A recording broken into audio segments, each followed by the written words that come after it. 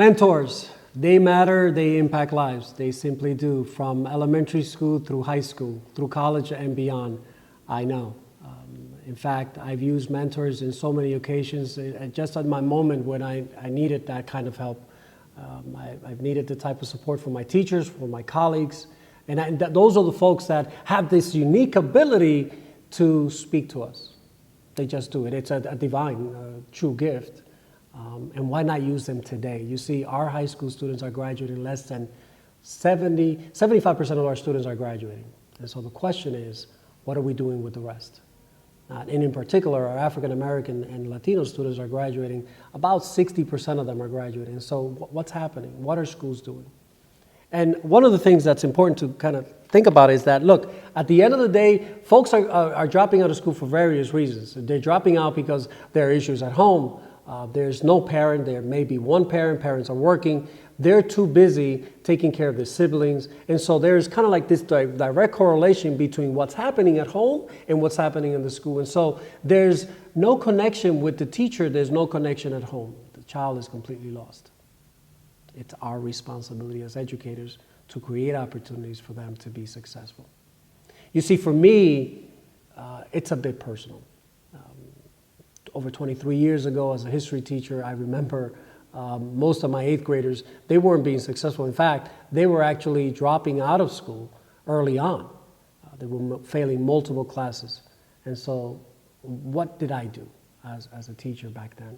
I created opportunities for them to have modified instruction in terms of lesson plans, in terms of unit exams. I had to kind of switch my approach. I had to create portfolios for them because this was a different child. It wasn't a matter of them being able to connect to the lesson in as much as it was a matter of them having to deal with things at home. And so the question is, from the social to emotional, which one is more powerful as a teacher?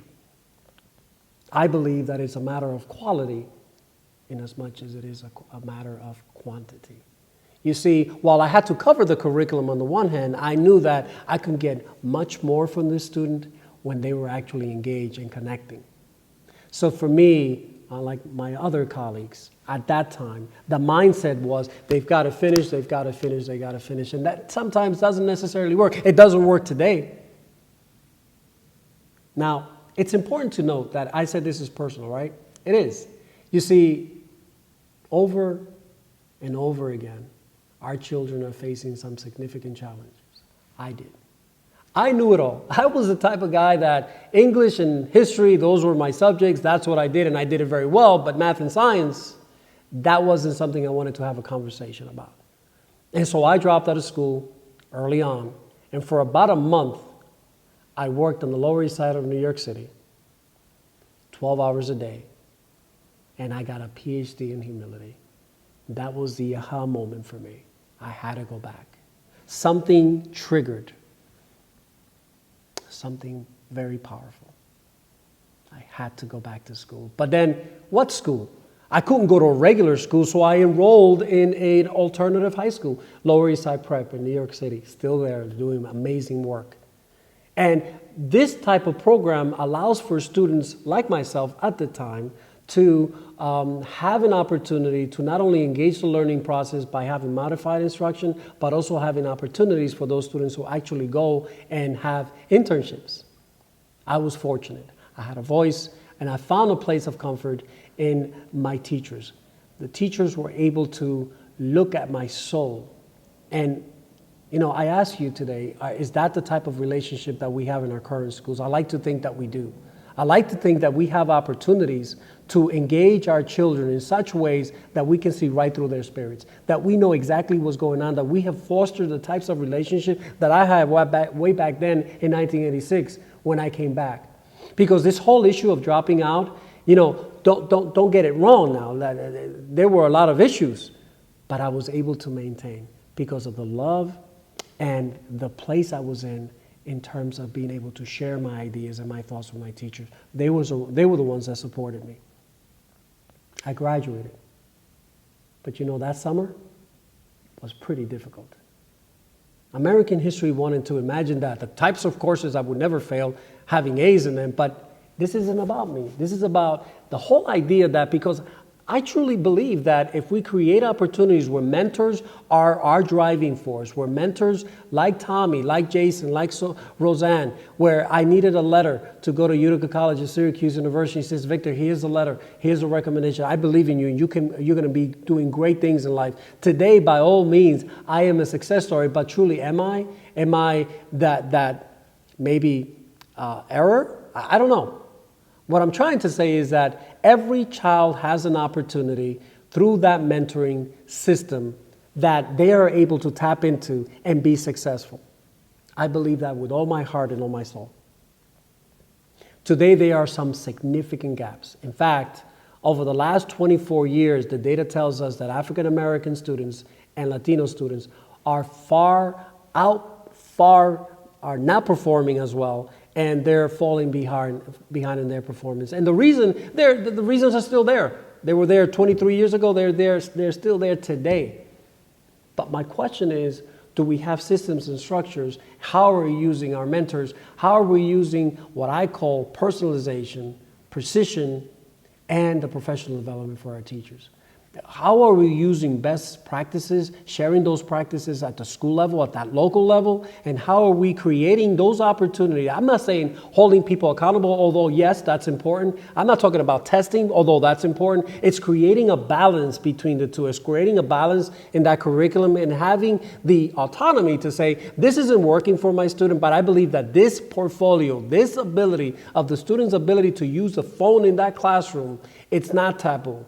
Utilize the phone and have that motivation so that that child has an opportunity to have a voice. Simple. It is important to note here that the faces of those of us that graduate, that don't graduate from school, there are many faces.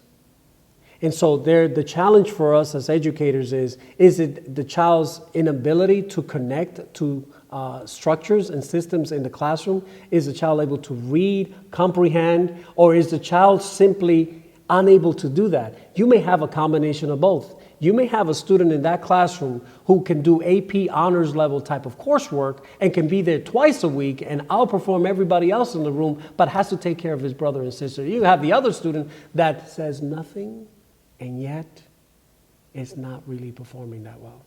There's very little support at home. There are no outreach programs. See, I was fortunate. I received those kinds of supports through the settlement houses. I was fortunate because I received the support through my teachers. Now, the question is, are you receiving the same types of support as a student today in our current high school system? Are you receiving it at the elementary level? Because the research says that between the second grade and fourth grade, students are red flagged. They're not coming to school. There's a direct correlation between the absences to the performance to not making the gains in their testing. And so at the end, if we see those red flags in the elementary school, we pick it up in the middle school. Don't you think that by the time they get to high school, it's over?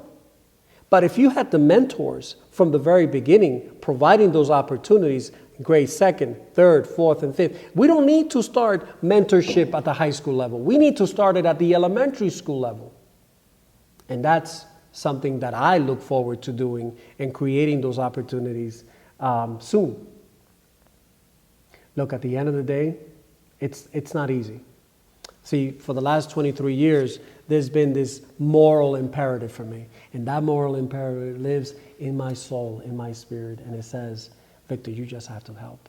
And so the privilege has been that countless lives have been touched. Not so much because of my love of the craft, because, by the way, I have never worked a day in my life.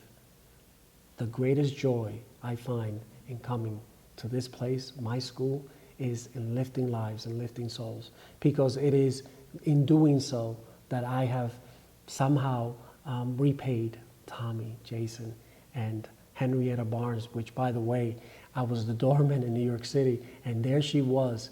You know, this woman with so much knowledge, and she provided mentorship for me at 3 o'clock in the morning by saying, you know, you can do this, you can finish school. What about Sharice Willie? She was the most amazing woman. She was my advisor when I was at St. John's University finishing my undergrad. This was the woman who created those opportunities for me, even in college. And so don't be mistaken. There are so many opportunities out there. And look, at the end of the day, for me, the research behind Michael Fulan and others, when we're looking at precision in the way we build lesson plans, the way we're provoking students to think for themselves, giving students the opportunity to just release and let them be the ones to create systems and structures in the classroom. What's wrong with that? You know, at the end, if the children are able to master the skill, speak to their friends, doesn't that motivate a child who might have not necessarily had that opportunity to do so now? I think so. I've seen it in action. When I hold career days and I've seen the school flooded between 500, 600 people in the building, the school is buzzing. So many different types of lively conversations about this is real, this is rich, this is how you're using these math concepts. This is what it means to be a heart surgeon. This is why you need math. This is why you need science. This is why when we're talking about Socratic seminar, we're talking about the different kinds of questions that we're building in those classrooms. The classrooms need to be engaging. And mentors working with teachers and creating curriculum that is tangible, that is real, that is not abstract, that is not out there. E vuoi dire che questa è una cosa di comunicazione.